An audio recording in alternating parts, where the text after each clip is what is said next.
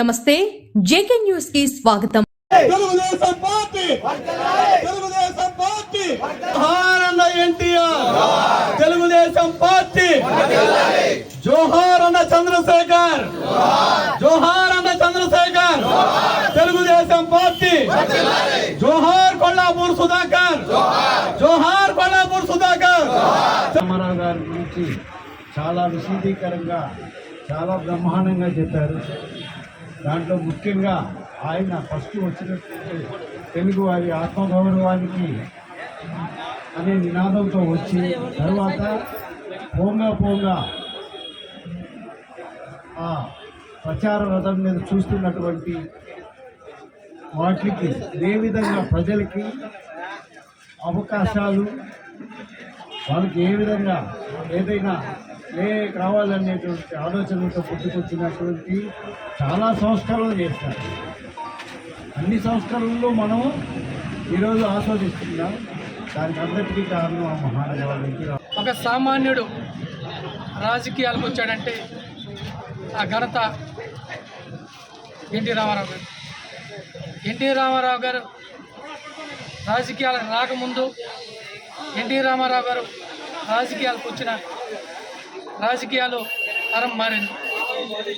NT Ramarao రాకముందు ఒక BC, దళిత సామాన్యులు ఎవరు కూడా రాజకీయాలకు వచ్చి ఆ స్థాయికి వచ్చిన దాఖలాలు. అదే ఎన్టీ రామారావు గారు వచ్చినాక బీసీలకి, దళితులకి, సామాన్యులకి సీట్లు ఇచ్చి వాళ్ళని శాసనసభలో కూర్చోబెట్టిన, అసెంబ్లీలో కూర్చోబెట్టిన ఘనత ఎన్టీ రామారావు గారు. అదేవిధంగా మహిళలకి పెద్దపీట వేసిన ఘనత ఎన్టీ రామారావు గారు.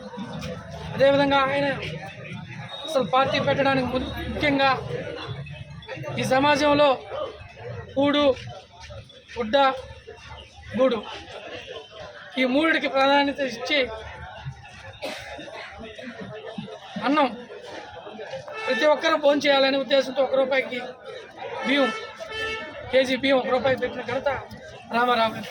అదేవిధంగా గూడు, అప్పటి వరకు ఎన్నో ప్రభుత్వాలు పరిపాలించిన ఆయన వచ్చినాక శాశ్వత గృహాల నిర్మాణం అనే పథకం పెట్టి అందరికీ ఇల్లు కట్టించిన ఘనత ఎన్టీ రామారావు. అదేవిధంగా ప్రతి ఒక్కరికి బట్ట, స్కూల్కి వెళ్ళే పిల్లలకి యూనిఫారం కానించి పేద ప్రజలకి దుప్పట్లు ఇచ్చిన ఘనత ఎన్టీ రామారావు. ఆ విధంగా చెప్పుకుంటూ పోతే ఆయన గురించి ఒక తరం అంతా కూడా చెప్పుకోవచ్చు. అటువంటి మహానుభావుడికి నివాళులర్పించి ఘనంగా అన్నదాన కార్యక్రమం చేస్తున్నాం. చరిత్ర ఎన్టీ రామారావు సృష్టించాడు. చరిత్ర అంటేనే ఆయనని, అదేవిధంగా ఆయన చేసిన సంక్షేమ పథకాలని అందరికీ అందాయని, బీసీలకి, బడుగు బలహీన వర్గాలకి అండగా నిలబడ్డాడని మనందరూ మన సోదరులు చెప్పారు. అదేవిధంగా ఎన్టీ రామారావుకి ముఖ్యంగా 1982లో మే 29న తెలుగుదేశం పార్టీ ఏర్పాటు చేశాడు. 9 నెలలకే అధికారం తీసుకొచ్చాడు.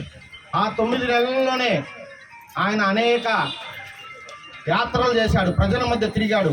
అప్పుడు కాంగ్రెస్ ప్రభుత్వం అతనికి ఎక్కడ వేదికలు కానీ, సభ ఏర్పాటుకు పోలీసు బందోబస్తు కానీ ఏర్పాటు చేయకుండా చాలా ఇబ్బంది పెట్టారు. అవన్నీ లెక్క చేయకుండా సమాజమే దేవాలయం, ప్రజలే దేవుళ్ళని ఆయనే ఒక చైతన్య రథాన్ని తయారు చేసి ప్రతి నియోజకవర్గానికి, ప్రతి పల్లికి, ప్రతి పట్టణానికి తిరిగి కేవలం 9 నెలల్లోనే అధికారం తెచ్చిన భారతదేశంలో ఏకైక వ్యక్తి ఎవరన్నా ఉన్నారంటే అది ఎన్టీ రామారావు గారి. ఇది మనం గుర్తు చేసుకోవాలా. ఆయన వర్ధంతి రోజు.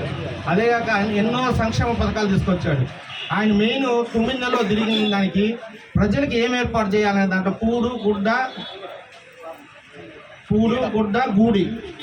గూడు అంటే ఈ 3 కావాలా పేద ప్రజలకని ఒక ఉద్దేశంతో కూడు అనే విషయంలో ₹2 కిలో బియ్యం ఏర్పాటు చేసిన వ్యక్తి అతనే.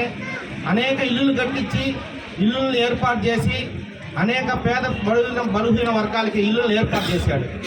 అదేవిధంగా జనతా వస్త్రాలు ఏర్పాటు చేశాడు ఆయన.